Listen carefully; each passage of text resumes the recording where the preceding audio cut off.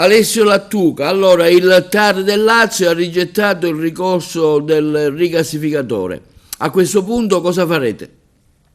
Allora, quello che abbiamo sempre fatto, continueremo a lottare perché in presenza di attività così prepotenti e comunque nel solco di quello che hanno sempre fatto i potentati, ovviamente noi non staremo lì a guardare, opporremo al Consiglio di Stato questa sentenza ingiusta, sgradevole, vergognosamente negativa perché non ci sono motivi per aver respinto ed è logico che questo atteggiamento richiama questioni che non vorrei dire chiaramente ma che penso fortemente. Non c'era nessuna ragione di respingerlo e le motivazioni adottate sono fragili e veramente discutibili. Non voglio usare termini di aggettivazione più gravi.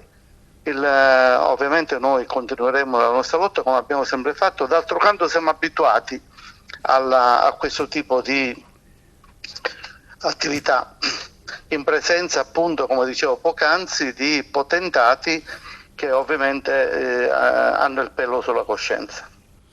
Quale altra strada percorrerete ora? La prima strada è quella del ricorso al Consiglio di Stato.